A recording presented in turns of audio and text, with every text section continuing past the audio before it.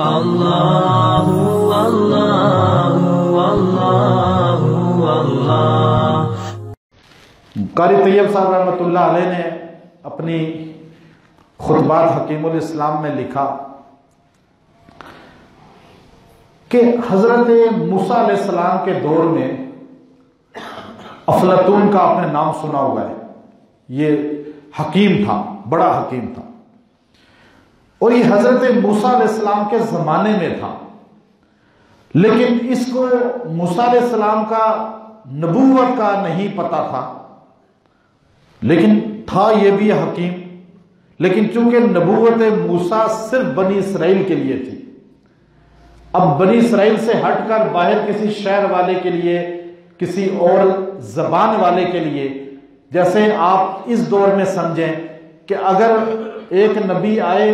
پنجابیوں میں تو پٹھانوں کے لیے اس کی تقلید ضروری نہیں تھی، ایک سندھ میں آیا تو بلوچوں کے لیے ضروری نہیں تھی، ایسے ہی موسیٰ علیہ السلام آئے بنی اسرائیل کے لیے، تو اب جو غیر بنی اسرائیل تھا اس کے لیے موسیٰ علیہ السلام کی نبوت ماننا لازمی نہیں تھا، کیونکہ موسیٰ بنی اسرائیل کے نبی تھے۔ اب یہ چلا آ رہا تھا، یہ اعزاز، یہ شرف صرف محمد عربی صلی اللہ علیہ وسلم کو ہے کہ آپ کائنات کے انسان نہیں، جنات کے بھی، جنات نہیں درندوں کے بھی، اور فرشتوں کے بھی، اور نبیوں کے بھی نبی ہیں۔ یہ اعزاز صرف ہمارے نبی کا ہے۔ دنیا کے کونے میں چلے جائیں، جو زبان والا ہے اس کے نبی بھی حضور ہے۔ تو آپ صلی اللہ علیہ وسلم کو اللہ نے عالمی نبوت دی ہے۔ تو موسیٰ علیہ السلام نکلے سفر پہ، تو ایک جگہ افلاطون کی اور موسیٰ علیہ السلام کے آمنا سامنا ہو گیا۔ موسیٰ علیہ السلام کو اس نے دیکھا حلیہ سے، اس نے کہا جی آپ بھی کوئی حکیم معلوم ہوتے ہیں، بڑے تجربہ والے، تو میں آپ سے کچھ سوال کرنا چاہتا ہوں۔ تو موسیٰ علیہ السلام نے کہا بتاؤ، پوچھو۔ اس نے کہا کہ اگر ایک بندہ تیر چلاتا ہے اور تیر چلانے والا یوں کمان کھینچتا ہے اور تیر یوں کھینچ لیتا ہے کمان سے اور نشانہ لیتا ہے سامنے، اگر تیر جو ہے یہ حوادث، پریشانیاں، دکھ، آزمائشیں، بیماریاں، ان کو کہا جائے،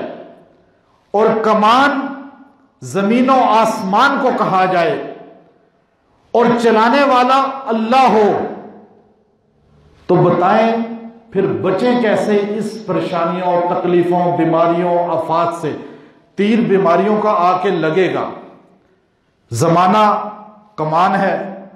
اور اللہ کی ذات یہ چیزیں بھیج رہی ہے، تو اب یہ تیر کے نشانے سے ہم بچ کیسے سکتے ہیں؟ حضرت موسیٰ علیہ السلام نے فرمایا بہت آسان حل ہے کہ انسان تیر چلانے والے کے پہلو میں جا کے کھڑا ہو جائے، قریب جا کے کھڑا ہو جائے، بغل میں کھڑا ہو جائے، اس کے سائے میں چلا جائے، اس کی معیت میں چلا جائے، اس کے قرب میں چلا جائے، تو یہ اس تیر کے نشانے سے بچ جائے گا۔ افلاطون نے کہا تو اللہ کا قرب کیا ہے، پڑوس کیا ہے، معیت کیا ہے؟ فرمایا اللہ کا ذکر۔ حدیث میں بھی آتا ہے، نبی علیہ السلام نے فرمایا